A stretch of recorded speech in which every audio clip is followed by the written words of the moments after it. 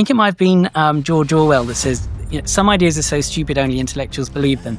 So you can say yes to the scientific method, but you recognize the scientific method is not bedrock. Scientific method is only a good way of making sense of a very small part, in my opinion, of the human experience, which is the part that's associated with what we can see, touch, taste, and feel. But it doesn't get at anything to do with our conscience, our value system, agency, free will, consciousness. I mean, all these other things. If you have a world view or a method that will only allow you to believe certain things within this very restricted form of evidence and method, you end up with something that I would reject because it's not intellectually satisfying. Nathan Hawkins is a philosopher lecturing at Cambridge. He writes there, tutors, and also has a wonderful YouTube channel called Nathan Hawkins. Do subscribe to that channel. And if you're not already, why don't you subscribe to Speak Life? We'd love to see you on future videos. In this conversation, Nathan and I are going to talk about absolutely everything: goodness, truth, beauty, love, morality, consciousness, freedom, the hiddenness of God, the problem of suffering. We really do talk about everything, but we begin when I ask him the question about faith and reason. Is faith a delusion? Nathan Hawkins, you are a philosopher who is also a believer, as it happens, but sometimes people pit faith and knowledge against one another. So Richard Dawkins has famously said, faith is belief without evidence and reason. Coincidentally, that's also the definition of delusion. Or Sam Harris, one of the other horsemen of the new atheism, said, faith is generally nothing more than the permission religious people give one another to believe things strongly without evidence. How would you go about explaining what faith is? Yeah, well, I think that both of those quotes show that both Richard Dawkins and Sam Harris don't know the ground that they're standing on.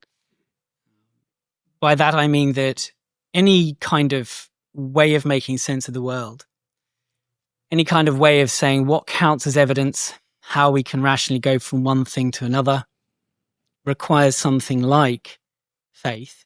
And so any kind of claim made by, like the sort that Dawkins and Harris had done, is assuming a certain way of evaluating evidence, a certain way of what counts as evidence for things. But the root assumptions that underlie the theory have no evidence for them either. Right. So Dawkins and Harris have no they have to take faith positions. Yeah. So things without evidence to get the whole thing going. Because for you, the root assumptions is much closer to what you're thinking of as faith. Yeah, exactly. That's right. And I think those root assumptions, in a way, then I'd want to say to Dawkins and Harris that they're right, that faith is believing things without evidence because it's too fundamental to be evidenced. Because if I say I believe this and I provide this evidence for you to convince you of the thing I'm trying to convince you on the basis of that evidence, you have to already believe the evidence, the truths of the evidence. And you're saying, well, I believe what you're saying on the basis of the fact I recognize these other things over here to be true already. Mm-hmm. But what that means is then you're basically saying the thing I've proved truth depends on the truth of this evidence that I've marshaled. So you end up with believing something on the basis of something else. So it's not a foundational, bedrock, deep belief. And belief in God is so fundamental. It's so central. It has to be the starting point from which you make sense of everything else. It's the basis upon which you try to make sense of the world. In that sense, it's more like the scientific method itself than it is like any one piece of data that the scientific method might unearth. Yes, correct. And I think then in that case, you can say yes to the scientific method, but you recognize the scientific method is not bedrock. Scientific method is only a good way of making sense of a very small part, in my opinion, of the human experience, which is the part that's associated with what we can see, touch, taste, and feel to a degree, although actually it's now so abstract and so governed by mathematics, it's very removed from the world that we see, touch, taste, and feel. But it doesn't get at anything to do with all the other aspects of human experience, our conscience, our value system, our capacity, agency, free will, consciousness. I mean, all these other things. If you have a world view or a method that will only allow you to believe certain things within this very restricted form of evidence and method, you end up with something that I would reject because it's not intellectually satisfying. Yes. And so that root thing is what's intellectually satisfying. Right. And I guess why a Dawkins and a Harris might be satisfied with that as a way of seeing the world. They've got it. They are believers in this sense of they've got a root understanding of the world. And it has satisfied them. And I guess it's satisfied a lot of Westerners, perhaps because it's been very successful at a certain slice of reality. It's been very successful at putting iPhones in our pocket and putting men on the moon. And therefore, like, what is the route from the success of science to the totalizing of the scientific worldview? How has that happened? Well, I don't know if Harris and Dawkins are actually satisfied with the stripped down version of reality that you've mentioned. I mean, to be honest, I haven't really followed their stuff, but from the little bits I picked up, I think Harris still tries to get some kind of objective ethics in there. Yes. He's a moral realist from what I understand. Mm. Now, presumably, if you could turn around and what's the evidence for that, his evidence is not going to be anything to do with the scientific method. He's going to have to rely on philosophy. He's going to have to rely on some sorts of different principles, presumably. And interestingly, he does use the language, you've got to bootstrap yourself up to a certain sort of moral intuition that you know, pain is worse than pleasure and that sort of thing. Interesting, even in his language about it, he does seem to bring in these unjustified, unevidenced foundations for his worldview in order to get to the moral realism that he really wanted. Right, exactly. So what he needs to now then have is another faith move to act as the basis upon which he now wants to supplement his purely scientific worldview to be able to still make room for ethics. Yeah. And I think you will have to do something like that.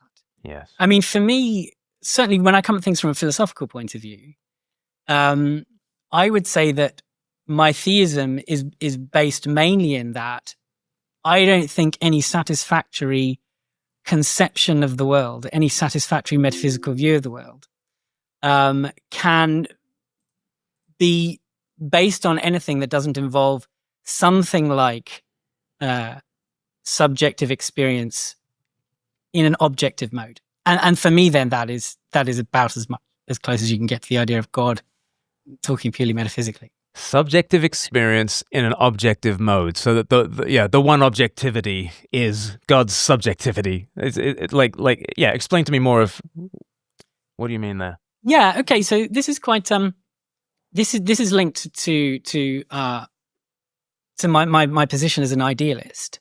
In that so my PhD thesis was on the nature of truth, and I think truth is actually the foundational aspect of thought, not being. So probably Sam Harris and Richard Dawkins are going to have something called a correspondence theory of truth. So they believe that there are kind of facts out there, and that we try to think, if we think something that kind of matches onto those facts, then what we think is true. If we think something that doesn't match onto the facts, then it's false. So then the idea is, well, if I have some claim in physics about Higgs bosons, then if that's true, then it matches up to the real Higgs bosons out there in the world. Now, without having to get too technical, I don't think that philosophical view of truth really holds up. It doesn't hold up for a whole bunch of different reasons, but mainly because it doesn't seem as though we can have the idea of there being structure in the world, facts, individualizable from each other, in a way that doesn't rely, again, how we're thinking about them. Right. It doesn't rely on language or some kind of structured way of talking about them. So we can't really ever get to this sort of world that is structured outside of our thinking.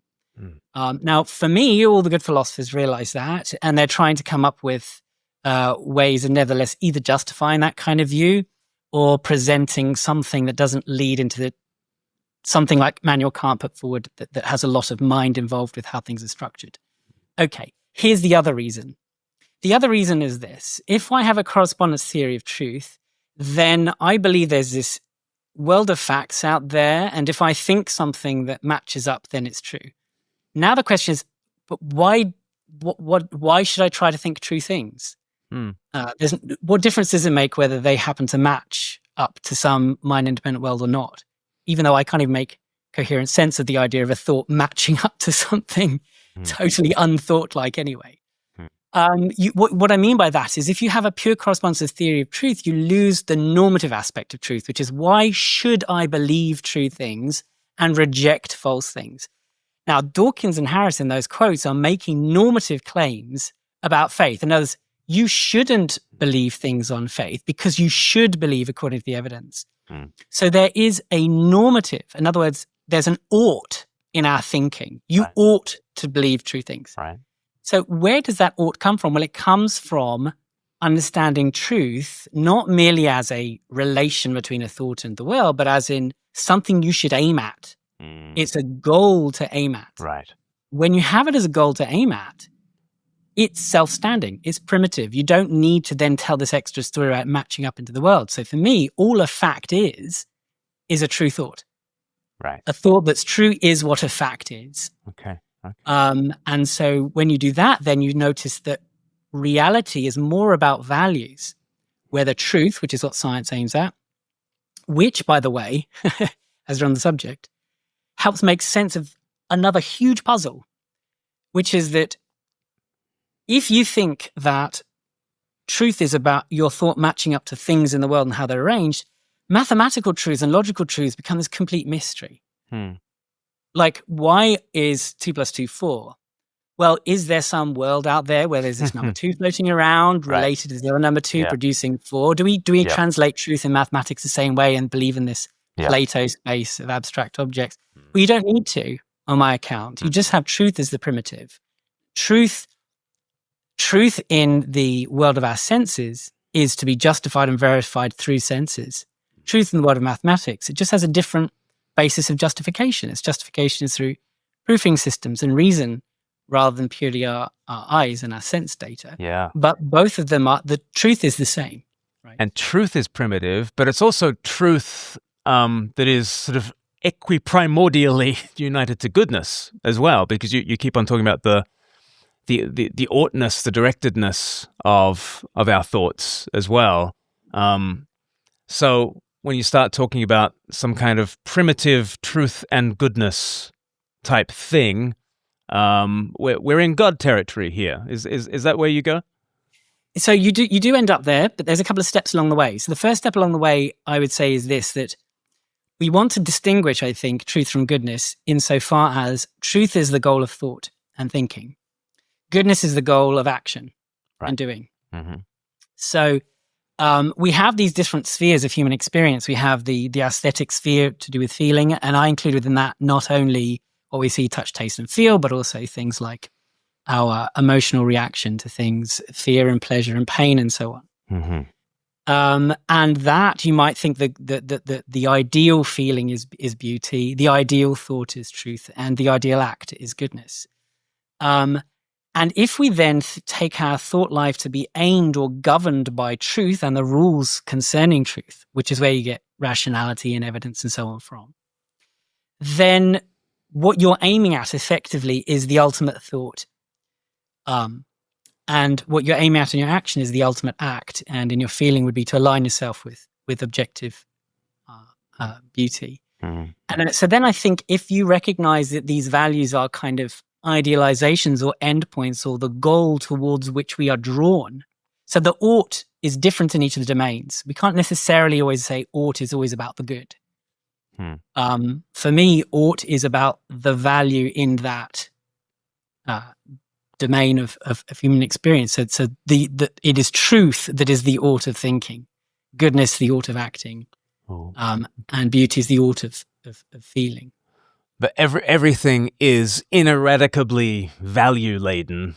100%. Yeah. Yes. Which again, utterly undercuts the idea of a world of fact out there that sort of exists awaiting for value to make sense of it. So the world of fact, the closest you get to the world of fact in my current thinking is effectively the beliefs that God has. So you're aiming to believe what God believes. That would be that would be the closest. Now, I probably lean towards some of the things that F.H. Bradley thinks, which is where truth actually then has to be a matter of degree. Because, I mean, you put it in religious language, God's thoughts are so much higher than our thoughts. We're never going to really be able to capture them properly. And so, and actually at that point of God, he believes, and I think he's right, what you said before, which is then truth, beauty, and goodness actually all have to come together. You cannot think the perfectly true thought without also having reached there in terms of goodness. So F.H. Bradley talks about this as, for your thinking to be fully true, it would have to become so detailed, so comprehensive, and so coherent that it would be indistinguishable from the world we feel and indistinguishable from the ultimate act as well. So all three would become one. I mean, it's very Trinitarian, I think, where he ends up, which he calls the absolute. And so he says, thought is aiming, in his poetic language, thought is aiming at its own suicide. In thought, we're aiming to ascend so far in our comprehensive understanding, our complex and complete understanding. If we were to ever reach it, thought would no longer be thought. It would become undone in its union with the world of the will or acting and the world of sensual experience. Yes. But perhaps there's a good news story of you lose your truth in order to find it again. You lose your life in order to find it again. Would it find? You just try and get close. Yeah. I love that. And interestingly, some of what Jordan Peterson has been trying to do, and there was that very frustrating conversation. I think everybody was frustrated by Peterson and Dawkins coming together, and Alex O'Connor did his best to sort of mediate this kind of clash. But I think Peterson at his best is pointing the scientist to the fact that you must have a value structure. You must see the world through a value structure. Richard Dawkins, you're not actually dealing with the world of pure fact. You have to have a hierarchy of value, and you have to prioritize things. And there's too much data out there, and so you need to see the world through the lenses of value, and that value and fact are kind of integrated at the fundamental level. And then Peterson is also saying to Dawkins, the goal to land a rocket ship on the moon, it is also woven into the scientific enterprise.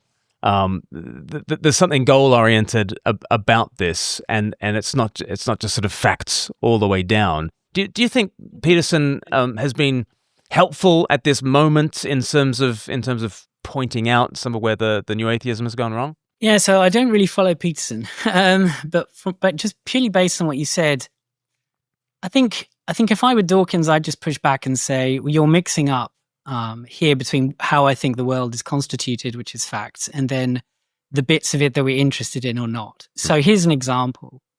So you might think there's a fact of the matter about the number of blades of grass on Bertrand Russell's lawn in 2nd of January 1903. But you might think, who cares? No one's ever going to know that. There's no basis upon which we could ever have evidence for it. These are things called buried facts. Now, if you are a pragmatist about truth, which from conversations with others, maybe Peterson is, you sort of think about truth in terms of usefulness, then you'll say that there just is no truth about the number of blades of grass because it's utterly useless. But I think someone like Dawkins, who's going to have what we might call a realist understanding of facts, is going to say, no, there is a fact. It's just for some reason inaccessible to us. And so he could still say there are a whole bunch of facts out there that are nothing to do with the goal orientation of science.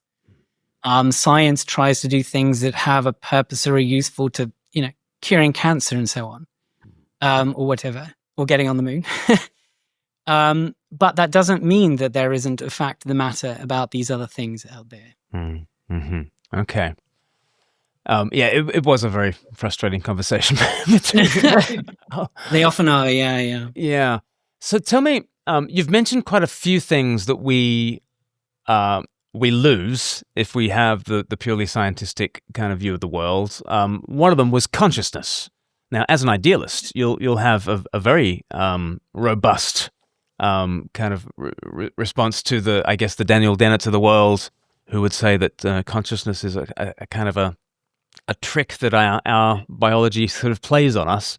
But it does seem to be a very non-intuitive position to speak of consciousness being an illusion. How would you talk to a Daniel Dennett about consciousness and why you believe it to be not only true but sort of primitive? Well, I think that when you encounter somebody like Dennett, who is on an intellectual level far above, in my opinion, the other people you've mentioned, is that he's aware of the consequences of his underlying assumptions. So I like Dennett, right? I like him because he shows you what the price of beginning where he begins. I'm not going to say philosophy of mind is a major speciality of mine. It's not, but I have read quite a bit. And for me, every time I read Dennett, I'm thinking, yes, of course you have to deny consciousness if you start where you're starting from. And then, have you heard of the phrase of one man's modus ponens is another modus tollens? Modus tollens, yeah. Right. Explain it first, yeah. So the idea would be this. Dennett says, given the materialist or physicalist starting point, then consciousness is an illusion. And all I would say is, consciousness is clearly not an illusion. Yeah, right. Therefore, we don't have this physicalist stuff. That disproves the physicalist assumptions. Yeah. I think so. I find someone like Dennett a lot more easy to converse with than somebody who doesn't recognize that the cost of buying into that worldview is that you have no place for consciousness. You might have the compatibilist free will that he defends, but you don't get the other kind of free will that people really want either. And so someone like Dennett is great for opening up where it is. And from my understanding, from talking to people in academics working in this stuff, he's helped move the conversation away from that in recognizing that we actually do need to have a more generous conception of what there is and in how to account for science, because we can't just lose consciousness. So this is where panpsychism and some of these other views starting to now gain dominance, from my understanding. So is that where you take a conversation just more basically saying, come on, you're the very starting point of your denial of consciousness is a conscious thought. Is it to sort of go to the foundation, point to where Daniel Dennett is standing and just sort of say, this is a performative contradiction? No, I don't think you can do that, because he's going to interpret his performance again within his own frameworks. Every time you push that forward, he's going to say, but it's not really, that's also the illusion. You're under the illusion that is what's going on. Mm-hmm. So I saw you did a video recently about Descartes. And so Descartes starts with the thinking self. And I think you can, if you're already starting from I am a subject and I am thinking, it's really hard to get to the outside world. Yeah. Similarly, it's actually really hard to get to other thinking minds. It's hard for him to get to God. He doesn't do that very successfully. It's hard to get to you, Glenn, being a thinking mind. You can fall into solipsism quite easily. Now, solipsism is a perfectly logically consistent, coherent view to take. So if you meet a solipsist, how do you convince them? Well, you can't, right? Because you're just a figment of their imagination. They can always interpret everything you're saying in terms of their own inner dialogue or whatever. Yeah. So what you just have to, at some point, do, David Lewis calls it the incredulous stare. You just really have to just sort of stare at them and think, and there's nothing more. There's no argument. And that's all I could offer Dennett. I can offer Dennett saying, you just go, really? The incredulous stare. Really? Consciousness is an illusion, this entire thing. See, science started off, and this is the interesting thing about science. Science started off as an attempt to explain the world that we experience. It's supposed to be empirical, right? It's supposed to explain the things around us, the objects and the ways in which they interact. But it's become so abstracted, so theory-laden, so mathematized. And now people are talking about simulation theory. They're talking about all this sort of other stuff. And you can only interpret things according to the numbers. And what that to me shows is that, well, we started to detach this whole thing from reality, the reality that confronts us. And that's what I hope philosophy can do. Philosophy can sort of bring us back to realizing okay, where you end up when you take this science has the answers to everything road is you end up denying everything that makes you human. Yes. And so no wonder now we're happy to think of ChatGPT as having rights or like AI or consciousness being same as human, because we become so utterly divorced from human experience and what makes that special, that we're now, I think, open to believing a whole load of nonsense. I think it might have been George Orwell that says, some ideas are so stupid only intellectuals believe them, and I think I'd want to say that about Dannett's claim of consciousness being an illusion. Yeah. I mean, it's one kind of scary thing to think, oh, is Alexa alive? It's orders of magnitude more scary to think, oh, are we all robots? But that's kind of almost the lie that we swallowed first in order to be able to worry that AI might be conscious, is that, we're probably just computers. So consciousness is one thing that is just this ineradicable, primitive foundation to our lives, very obviously. You've mentioned morality as well. You also briefly mentioned freedom and free will. How would you begin to have a conversation with somebody who says we don't have free will? So, for instance, Alex O'Connor will commonly say things like, you only ever do anything because you're forced to do it, or because you want to do it, but then you can't. If you're forced to do it, you didn't choose that. If you want to do it, you actually can't change your wants. So in neither case are you free, ergo, we do not have free will. You've got a fantastic video about it on your channel. So give us some of the wisdom of that. Yeah, so that's an argument that I think he gets from Schopenhauer, and it's an argument against free will from the internal perspective, from the subjective perspective, where we have wants, and these seem to be the motivations for action. Now, my video does attack this idea first, and I think most people sort of stopped watching my video after 15, 20 minutes because they think that I don't touch stuff to do with neuroscience, stuff to do with causation, and so on. Now, the argument you've just presented to me has nothing to do with causation.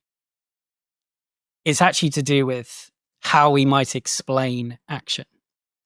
Now, a very primitive theory of so that's all I'm addressing. So anyone that thinks I'm ignoring science or causation, that's a different argument. I could ask that question next, but let's do what deliberation. Okay, that's fine. That's fine. Yeah.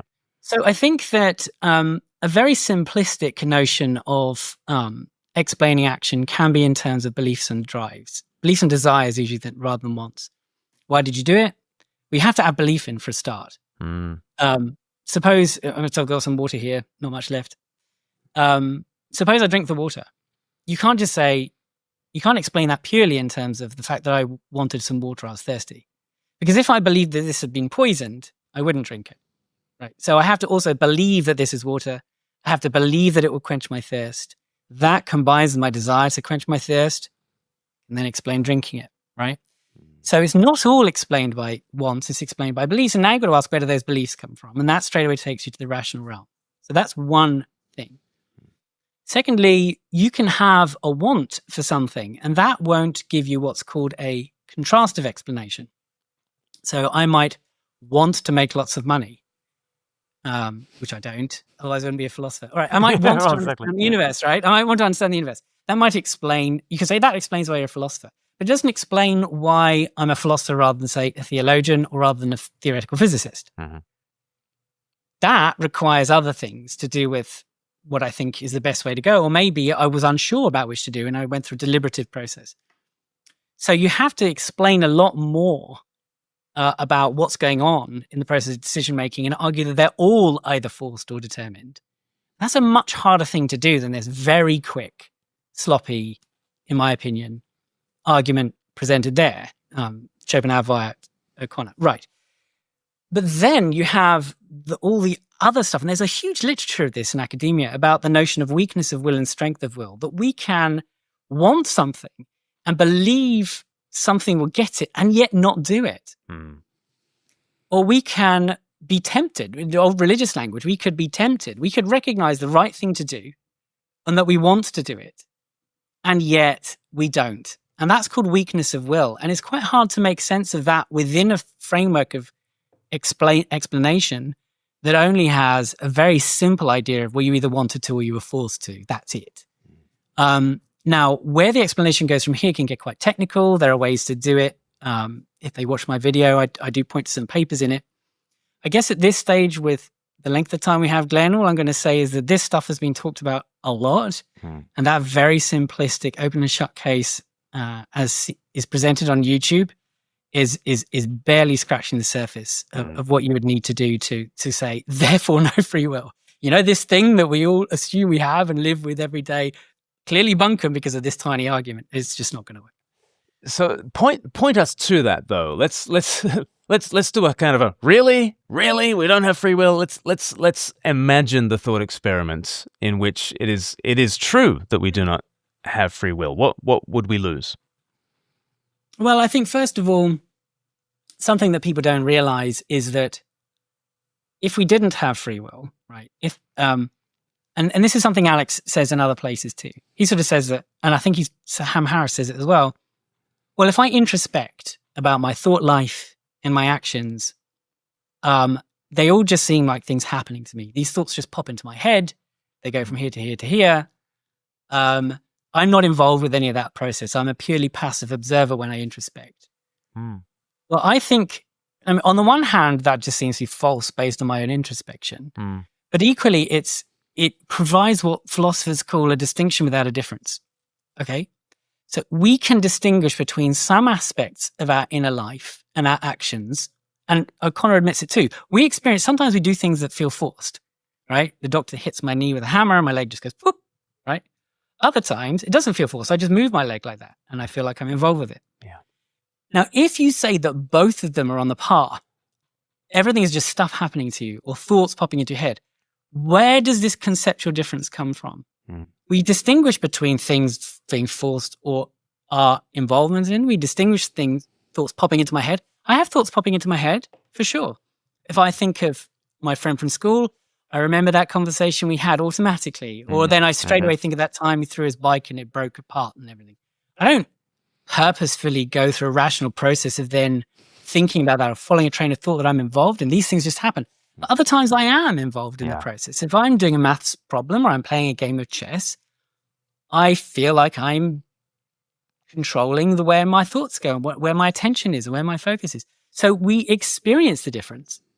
So if you say there is no difference, why do we have the idea of the difference? What is it that makes the difference between these two? And you get the same thing when you talk about rationality. People will come to all sorts of conclusions on the basis of flimsy evidence or irrationality. But then other times people are carefully thinking things through. And we want to say there's a difference between that. One is how we ought to think. The other is not. And again, to say that, there needs to be something to do with our action involved with it to give that early difference. So rationality starts to go out the window. If all my thoughts are basically like the reflex of my knee going up, and there's no sense of deliberation, but just one thought tumbling into another, tumbling into another, tumbling into another, we've kind of lost rationality at that point. We've kind of lost the philosophy that the philosopher who denies free will is relying on. I guess we lose morality as well. Certainly the kind of morality that we have tended to take for granted for centuries, at least. Yeah, absolutely. I think that philosophers are always extremely good at coming up with ways to reintroduce things that seem undercut by their views in modified form. So there are going to be ways you can make sense of morality without having any kind of agency involved. But it's certainly not an obvious one, and I think that you just don't need to do it. I think that agency stands on its own 2 feet. Why? Because, as I said to you, my way of doing philosophy is a view of the world that has no place of free will is dissatisfying. Free will is a datum of human experience that must be explained. if any metaphysical theory cannot have room for agency, so much the worse for the theory. I'm going to do the same thing I did with Dennett and do the modus tollens thing back. Yes. This is the view, well, therefore no free will. I'm going to say free will, therefore that's not the way the world is. There must be more going on than you're saying.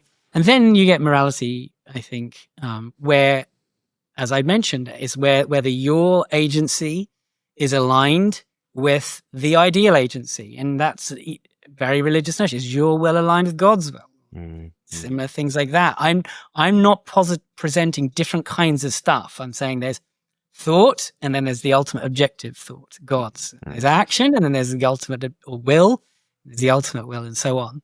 Yeah. So I think everything becomes really easy to explain, or at least easier. Yes. When you do this. Yes. When you start with, what was your term about the subjective objective thing? Well, when you end up recognizing that if you want to have value or directedness in the human experience, you want to distinguish between right and wrong thought, right and wrong action, right and wrong feeling. Then the most obvious, and that's why I think religion seems so obvious so long, is to assume that you're aiming at something of the same sort. Yes. But that has a kind of authority or a status to draw it, so that God's thoughts are true because he's God. And so he sets the standard for thought. He sets the standard for will. Yes. And so on. And everyone needs to have a standard. And so we're just saying, the stopping point for all of that of goodness, truth, and beauty is God. Does the atheist then say, well, where did that come from? Or so well, it's not just the stopping point. It's the kind of grounds from which everything follows. It's the center around which everything else orbits. Yeah. It's the goal. It's the end point. It's the telos. The beginning and the end. The alpha and the omega. You have to use these words. Yeah. Okay. How then? I mean, this is quite a shift of gears, but how then? I think Alex O'Connor is probably quite well known for denials of free will. He's also quite well known for talking about the hiddenness of God, which I think is kind of it's kind of the apologetic question of our age in lots of different ways. Perhaps it's a subset of the suffering question, which has always been the issue that I guess a believer has to wrestle with. But how is it that, especially you're coming from an idealist point of view, like especially we live and move and have our being in this inescapable reality that is goodness, truth, and beauty. How is it that God feels so distant from us?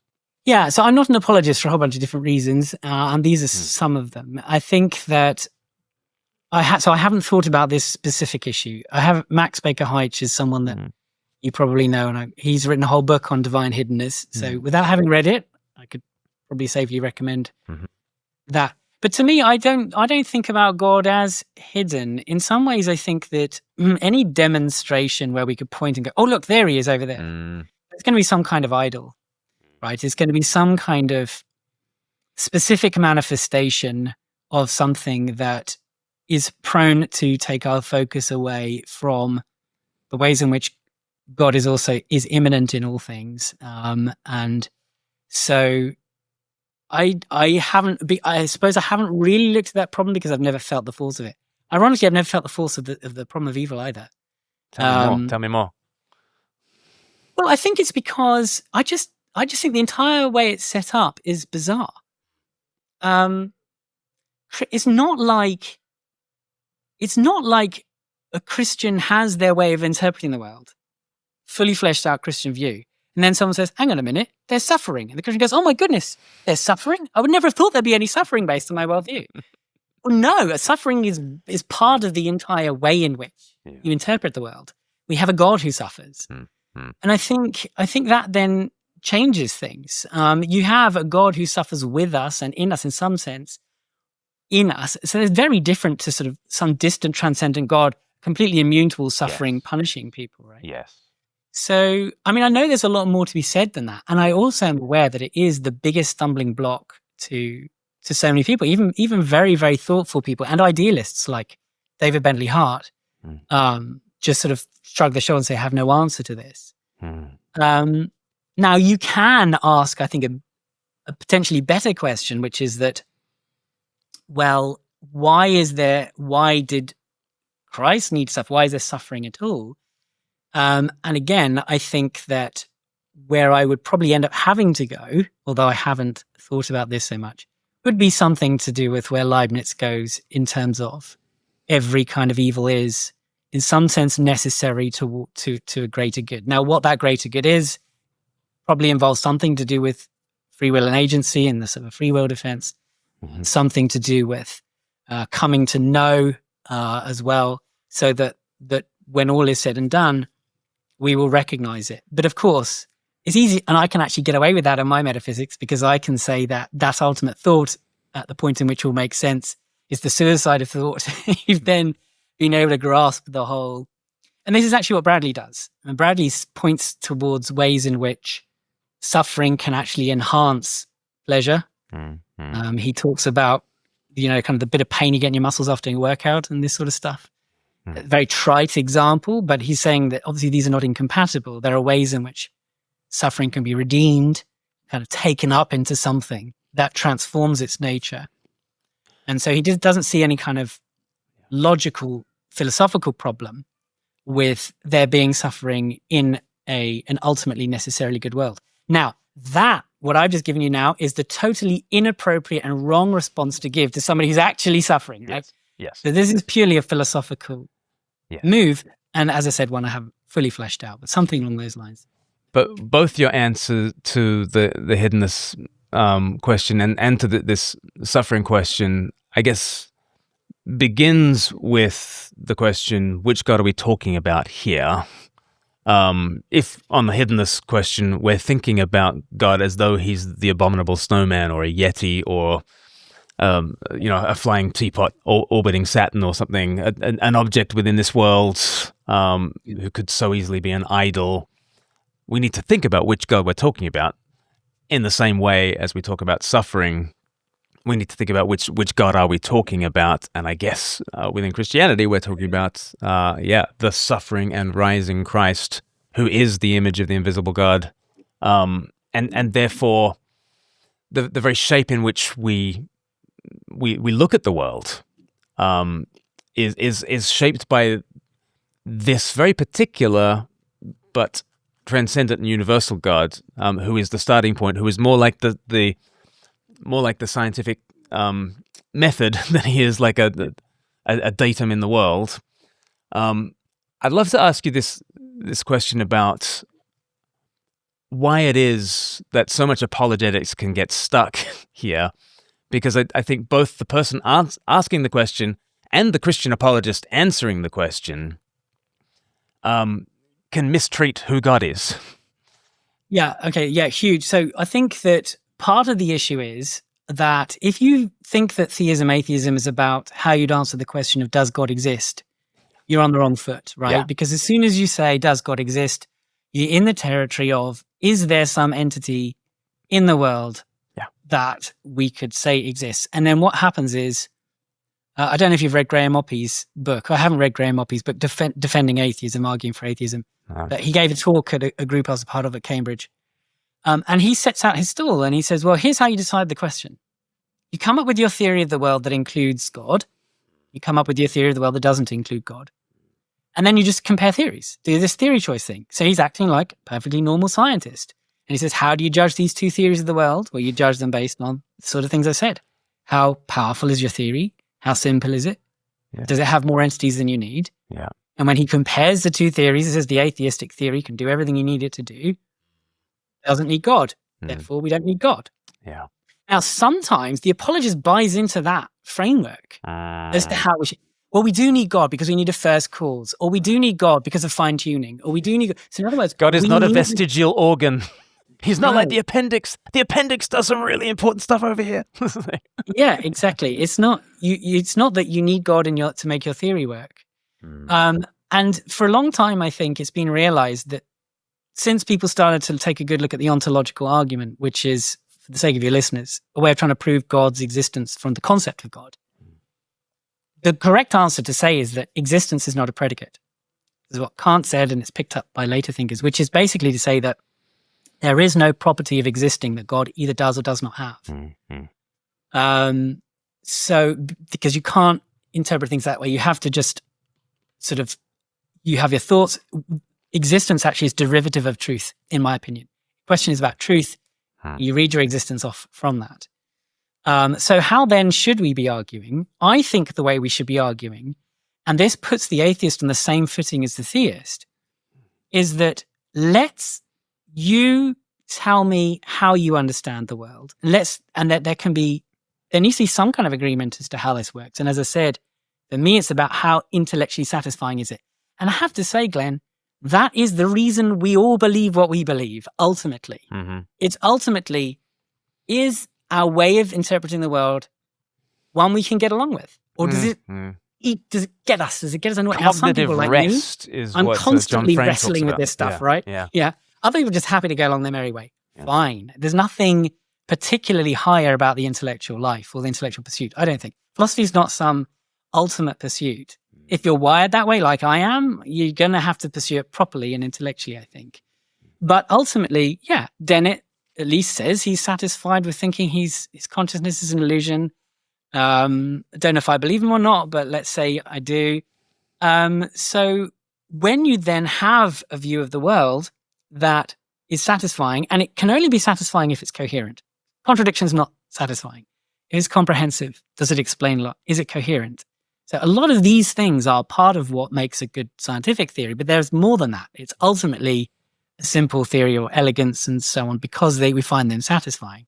It's aesthetic and pragmatic concerns, right? So once you then have this intellectually satisfying theory of the world, I would say is that conception of the world more like a person or more like a machine? And if you think that bedrock or if you think the deep nature of things is personal in nature, you're a theist. If you think the deep nature of things is mechanical in nature or human personal, nothing greater than a human, then you are, I would say, atheist. And that seems quite, if you look at the real atheistic thinkers, they either sort of elevate the human, the human subject as the ultimate constructor of reality, that which forms and creates reality is the human subject, or you think of it as some brute fact machine that clunks and whirs and tinkers on its merry way, and then try and ignore other questions about fine-tuning and so on. Or you say, no, we need to have something that's like a person, but not us, but above us, that commands that has intrinsically something in its nature that means we should be directed toward it. For me, theism is a posture that we take towards the world. It's a posture we take that is the foundation upon which we think, the foundation upon which we act, the foundation upon which we experience the world. And can we fill out that theism a little bit, speaking as a Christian here, but just the very idea that I, as a human, am corresponding to this God and intended to correspond to this God seems to me to be a very particular form of theism in which humanity is in God's image, as it were, and intended for that life. And we've already mentioned concepts of the Trinity, which it certainly is very resonant with the goodness, truth, and beauty triad that we've been discussing. Is it fruitful to kind of to fill in the picture of theism at this point? So I think it is, yeah. And I think where you're heading is the right way to go. And incidentally, and again, I will be fully open and honest, these are quite nascent ideas at the moment for me, but that is how I understand the fall, primarily, is that we recognize that there is something in us that is made in the image of reality writ large. Reality as a whole in its deepest, most fundamental nature, but we also recognize our finitude, our failing, and our falling short of those ideals. That is the experience of the fall that we, each and every one of us, experience, our sin consciousness. and our separation from one another, our separation from the world in which we live. And if you look at, again, I'm throwing out a lot of different threads of thought here, but if you look at the infant development psychologically, there are these stages in which we experience a separation from our mother, a separation from the world around us that's not in control, the distinction between subject and object. There's a certain point in which the infant recognizes their selfhood. It's called the mirror phase. Then there's a point a little bit later when they recognize themselves as an agent, that they don't have to be bossed around by their desires and feelings, that they can say no and gain a certain control and mastery. Each of these is a way in which we experience a separation from other things around us. And so we each kind of experience a fall. Now, if we interpret then the creation account, I'm not saying it's the only way to interpret it. I'll leave the history and to the historians and so on. But conceptually, I'm a philosopher, so I'm interested in the concepts. It seems as though it's a very good fit for understanding the creation of consciousness, the creation of each one of our consciousness, the creation of each one of our experience. We start off experiencing the world as this whole, undifferentiated, the tohu vavohu, the world without form and chaotic. And slowly we start to distinguish light from dark. We start to distinguish space here from over there, the above and the beneath, and then the accessible and the inaccessible, and so on. And the difference in objects and animals and things of that sort. So, I think that if you want to flesh out the philosophy, once you have that overarching metaphysical view that I put forward, where value is in the ground floor of our conception of reality, and you recognize that those values are aspects of our human experience, but unbounded, not finite, not limited, and that which commands our focus in our direction. We'll feel a draw towards these things.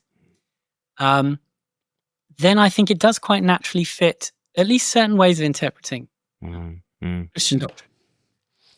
So how does that work in your own life?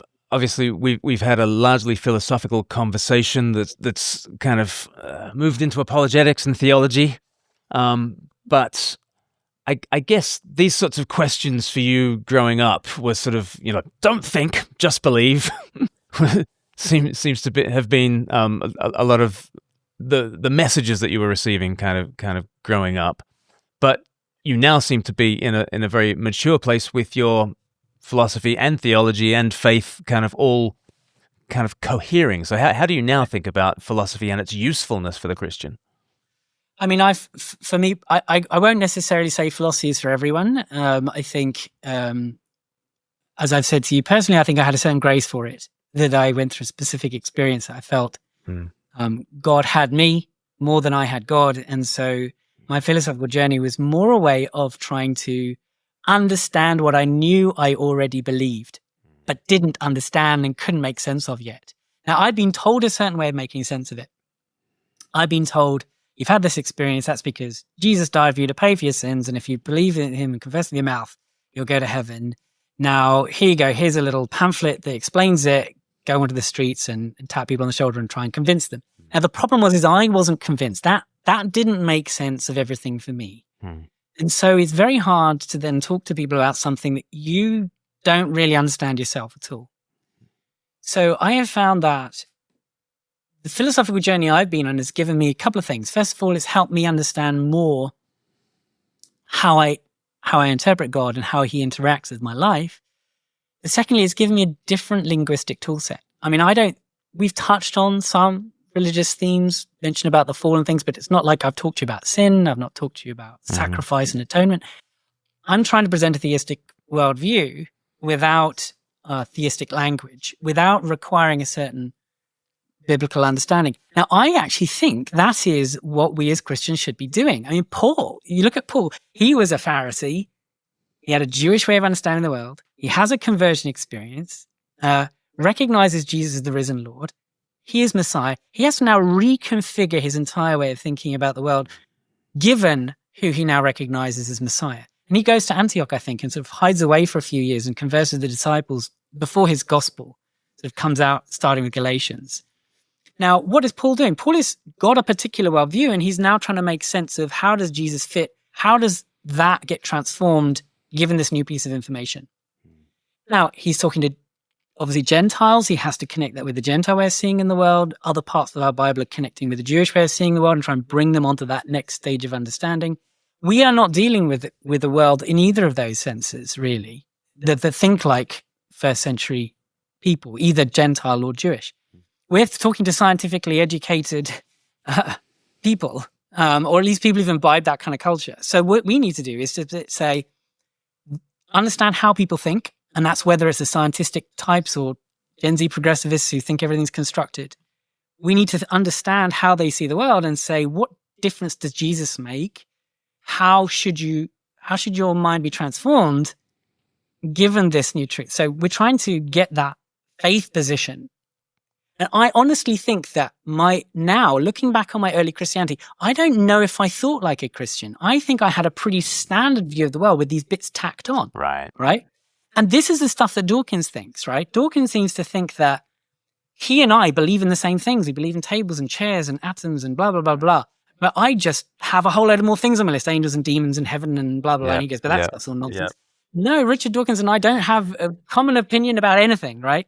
He sees table as wood and four sticks. I see it as something with a use, something that plays a part in life and so on. So the entire way in which he makes sense of everything is different. Yes. But you have to figure out how to talk to people for these things to slowly make sense. And it can be a slow process. Yeah. And you can be misunderstood. And then thank the Lord for grace. And that's it. But in that sense, philosophy has helped you Christianize, love God with your heart, soul, mind, and strength.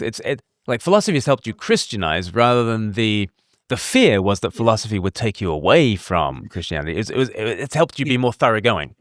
Well, not only has it's helped Christianize every single aspect of life. So previously, there was certainly this idea that, there's some people who just get regular jobs and they'll work in an office or they'll be a fireman, and those should then put more money in the offering on the Sunday, or they should volunteer for stuff and get involved with church and do some ministry. And then there are those that are called to full-time ministry who really, and so on. Like that entire compartmentalized way of seeing things, I think that may have been a product of the 90s. Maybe it's still prevalent in some churches. Or the early 2000s. But for me, that entire thing's gone. I mean, you see God everywhere. God is infused with everything. He's at work in the world. He's at work in people who may have no confession of faith. I mean, all of that stuff. Now I look at the Bible and I think, how on earth did I think you can neatly divide people into the lost and the found and the saved and the unsaved, when so many of the religious people in the Bible are clearly not with the program, and so many people who are rat bags are used by God. I mean, Nebuchadnezzar and all these other types. So I think that recognizing God in every act that's good directed, whether it's changing my daughter's nappy, whether it's having this conversation with you, it's all done in service to God. Okay, there's no higher or lower in that. Thinking, there is something in and of itself about trying to understand truth. Science is a godly pursuit. Right. Okay. Avoid the hubris. Avoid the be-all and end-all side of it. But the pursuit of truth and understanding is a God-given pursuit, right? Truth itself. There is purpose to that intellectual discovery. And in the arts as well, in the aesthetic, we haven't talked about the aesthetic so much, but that's the other domain, there is nothing better about science as a way of approaching reality and thought than the arts and the aesthetic. So what you have is you end up with this, I think, on the one hand, a humility, a recognition that every single person is engaged in a relationship with God because they're engaged with reality. They're human, they're living, they're engaging with the world around them. The world around them is infused utterly with God. The idea of there being people who have totally lost from God, disconnected from God, have no relationship with them at all, and we go in with this message and that somehow restores their relationship. No, everybody, you can't avoid God, right? Right. You're smacking into him in every single way, in every single, like David saying, how can I can't go to hell and avoid you, God. So that, and I cannot flee from your thoughts, which is an ideal. Yeah, exactly. So you can't escape it, and that is wonderful. And for me has added meaning galore to life and then you get all those wonderful things of joy and peace and things. Not always, but Yeah.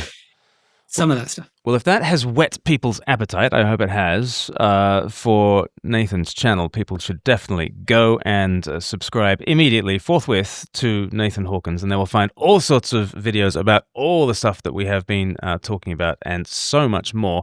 But there's also other ways that people can kind of engage with you. Well, how can people keep up with you, Nathan? Well, if they go to my page, they'll see there's an email list there that they should subscribe to, because I'm planning on releasing courses that are going to go into depth about why we have free will.